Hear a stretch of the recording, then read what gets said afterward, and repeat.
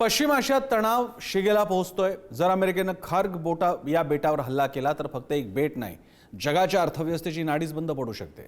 इराणच्या तेल निर्यातीत 90% वाटा खार्गचा आहे। जर खार्ग ठप्प झालं तर युद्धाच्या आधीच भडकलेल्या आगीत आणखी तेल पडू शकतं। पाहूयात हा स्पेशल रिपोर्ट।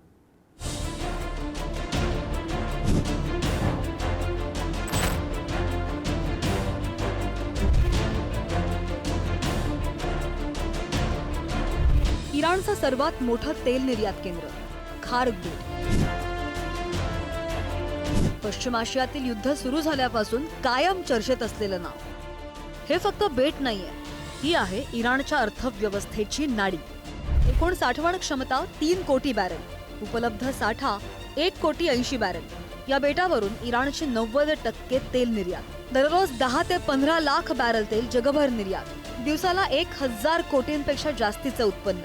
2024 मध्ये तेल निर्यातीतून इराणची कमाई 3 लाख कोटी। या बेटाचं हे महत्व लक्षात घेऊनच अमेरिका सतत या बेटावर हल्ला करण्याची धमकी देत असते। या संघर्षाच्या कालावधीमध्ये सुद्धा प्रत्येक दिवशी साधारणतः 1.8 मिलियन म्हणजेच 18 लाख बॅरल प्रति दिवस एवढ्या मोठ्या प्रमाणामध्ये तेलाचा व्यापार हा इराण करत आलेला आहे आणि याच्या अनुषंगानं इराणच्या अर्थव्यवस्थेला जबरदस्त बूस्ट मिळतोय।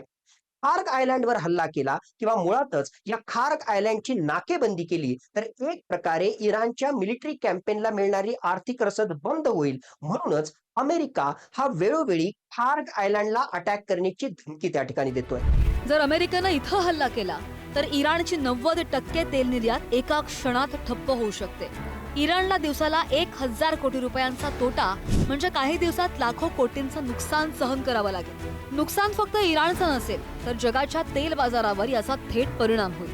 आधीच महिनाभर लांबलेल्या युद्धाच्या झळा जगाला बसतायत आणि त्यात खार्ग ठप्प झालं तर पुरवठा कमी, मागणी जास्त अशी स्थिती येईल। कच्च्या तेलाचे दर आताच $110च्या पार गेले, ते प्रति बॅरल $200 पर्यंत जाऊ शकतात। हे बेट का इम्पॉर्टंट आहे इराणसाठी? कारण जवळजवळ 90% तेलाचा साठा ह्याच बेटावरनं बाहेर पडतो इराणसाठी, आणि इराणसाठी लाईफलाईन आहे कारण त्यांचं कंप्लीट इकॉनॉमीच्यावर डिपेंड करते। आणि आपण पाहतोय की ऑलरेडी जे कारवाई सुरू केली आहे इराणनी, आणि ते अशा ठिकाणी अमेरिकेला हिट करतायत की त्यांची इकॉनॉमी पूर्णपणे ध्वस्त होऊ शकते। कॉर्पोरेटला हिट केल्यानंतर जितके कॉर्पोरेट हाऊसेस आहेत जे अमेरिकेमध्ये इन्फ्लुएन्स करतात, हे लगेच धाव घेतील आणि ट्रम्पला सांगतील की हे बंद करा। अमेरिकेनं असा हल्ला केलाच तर इराण कोणत्याही थराला जाऊन उत्तर देईल। सर्वात आधी होर्मुझची सामुद्रधुनी पूर्णपणे बंद करण्याचा प्रयत्न करेल।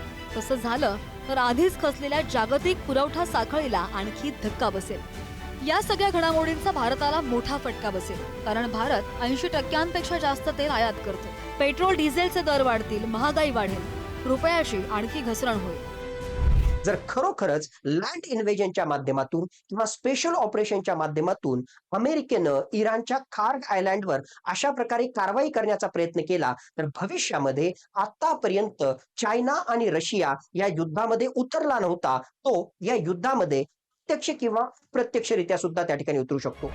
खार्गवरच्या हल्ल्यामुळे तेल साठे फुटले तर मोठी तेल गळती होईल, त्याचा समुद्र आणि पर्यावरणावर दीर्घकालीन परिणाम सुद्धा पाहायला मिळेल। एक गोष्ट स्पष्ट आहे, खार्ग आयलँडवर हल्ला म्हणजे फक्त इराणवर हल्ला नसेल तर जागतिक अर्थव्यवस्थेवर थेट प्रहार असेल।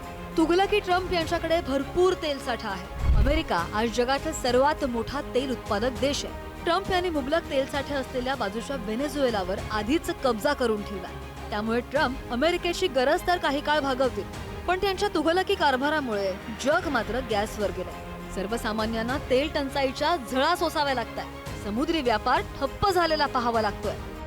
अनिश्चिततेच्या छायेतून अनिश्चिततेकडे जगाची वाटचाल सुरू आहे, हे मात्र नक्की। संदीप रामदासी, पुढारी न्यूज।